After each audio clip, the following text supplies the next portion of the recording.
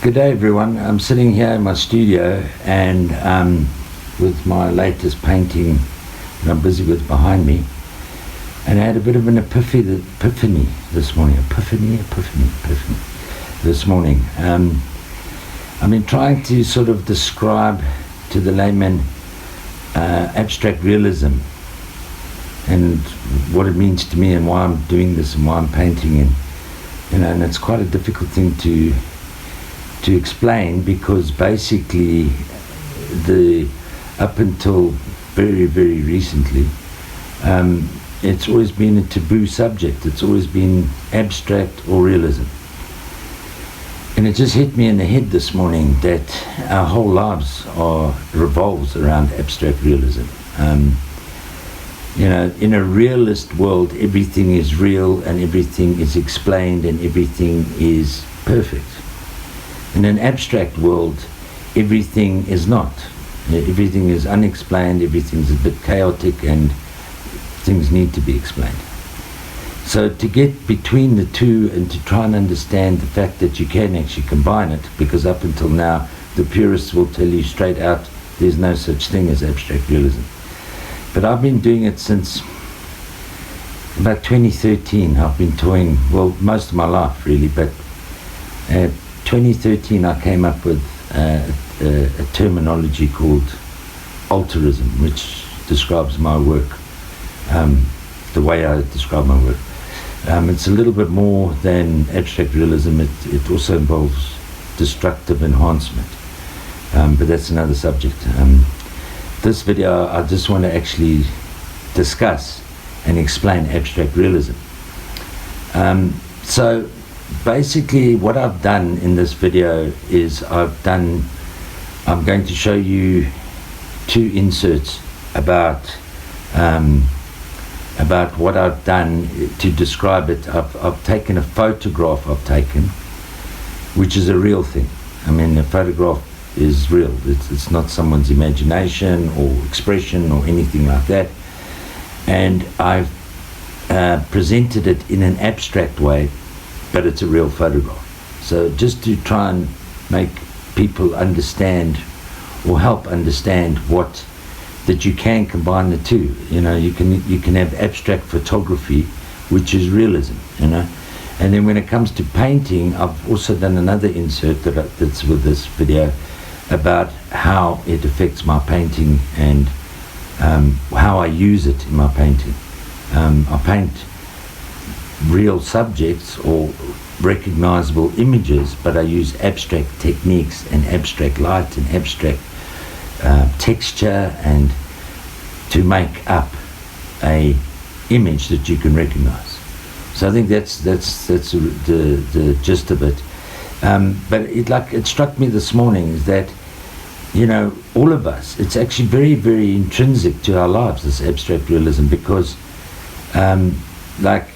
when you're driving in your car and you see light on a field far away, that this extreme light that makes it like a bright orange or a bright green or something, and a dark sky next to it, and it looks abnormal or doesn't look real, and it's abstract, but it's real. It's really happening there. If you go around the other side, the field doesn't look the same. There's different things besides light as well that makes things abstract. It can be definitely composition, light, texture, contrast. There's a whole lot of elements that make up abstraction, and using it together to make a realist image is abstract realism. So it's quite a complex kind of subject, but the purists have always been, well, there's realism and there's abstract and there's nothing in between. Well, I beg to differ, and I'm open to comments and suggestions, but I've been doing this for some time, and this is what I've discovered, and it just hit me in the head this morning. It's like it's part of our everyday lives. And in fact, it actually defines creativity, because if you've got everything realist, it's a bit too real. And if you've got everything too abstract, it's a bit too abstract, a bit too vague. So you've got really real and really vague, and in between is the strike of creativity, is like making something look real that isn't, that's buggered up or whatever, you know. So yeah, that's what I've come up with. It suddenly struck me that we deal with this on a daily basis. It's been in our lives forever, but it's never been discussed or talked about. But there's a definite part of our lives that is not quite real, but it is, you know. It's not quite fantasy, it's reality, but it also involves fantasy, and that's the line that I'm treading on with my work. And yeah, I enjoy it. I love it. It makes you think. It's not just a basic process of copying something, and it's not just as free as, well, just do whatever you like and hopefully you like it and understand it. You have to use your brain to think about it and to actually create something with both combination of abstract and realism.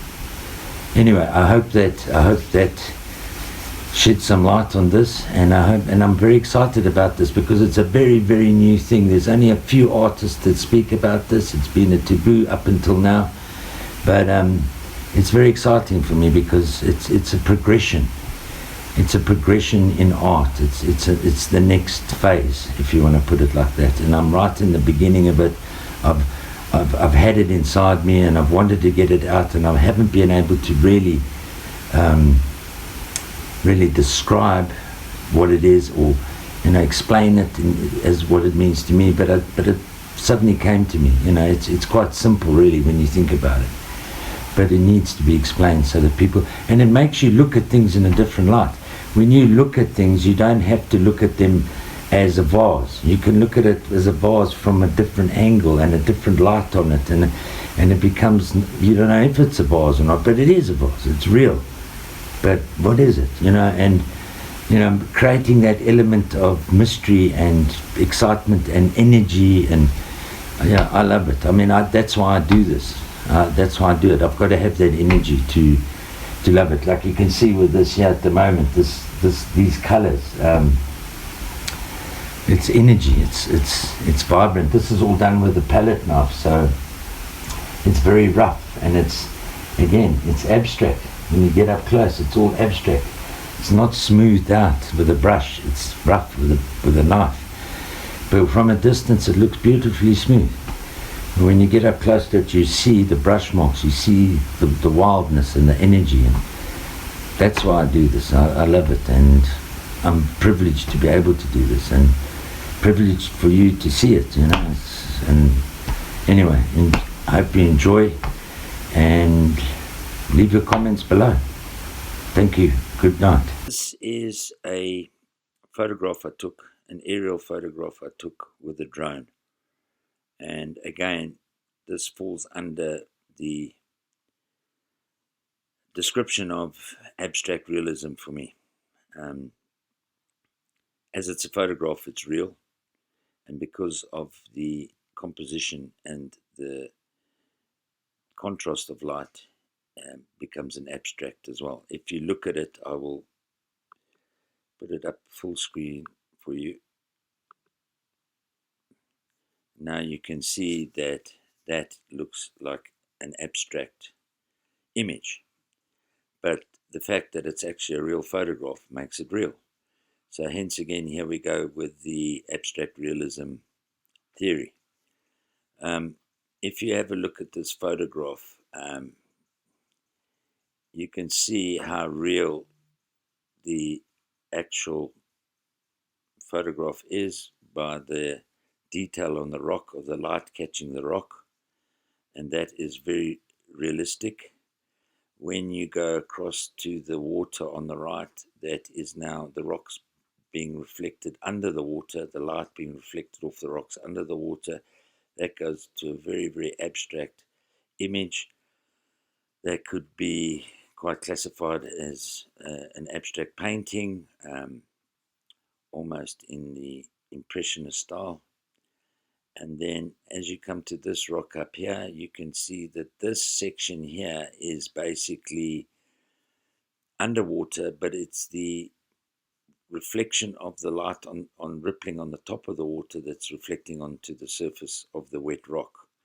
And over here is light rays that's coming across the lens from the light source, which also forms again, this is also would be an abstract image.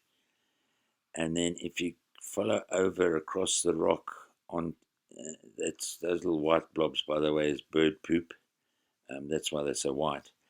But if you go across here to the shadow side, because the light is now, it's actually reflected light off of the rock surface on the outside of the river, on the side of the river.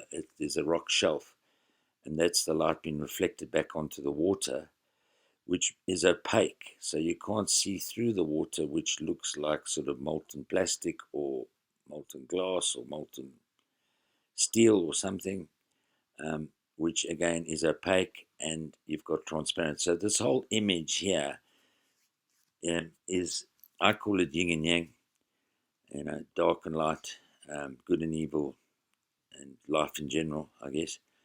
But you can see you've got the opaque water here and reflection of the rock, the reflected light, and here you've got reflected light coming through the water off of the stones below, and here you actually have realistic light of just an image that's been lit.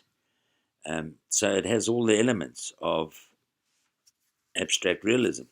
It's an abstract photograph with realism imagery inside it.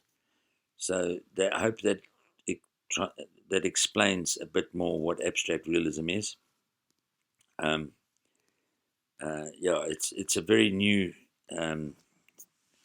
terminology that's come up over the years, and well, over the past couple of years, and it's real. It's there, and it's part of our lives every day. This is a painting I did called Cosmos Storm, and I'm just going to view it full screen so you can see what that looks like on a small scale. It looks like a very realist image of a field of cosmos flowers with a big storm in the background. But the difference with this, where the abstract realism comes in, is that once you start getting closer to the image and you walk up close to it, you start seeing that it is quite wild and it has a lot of abstract elements to it. This is a large painting. It's 1.5 meters by a meter, so there's a lot of paint involved, and it's a very big painting. And as you walk in closer to it, you will now start to see that the abstract side of the painting becomes relevant. This in itself, this image here, would be classified as an abstract painting on its own. So this technique I call Alterism, which is basically cutting through the paint while it's still wet. That is like an advancement on just doing an abstract kind of technique. And if we go around the painting, you can see there are a lot of elements in it that are very abstract-like.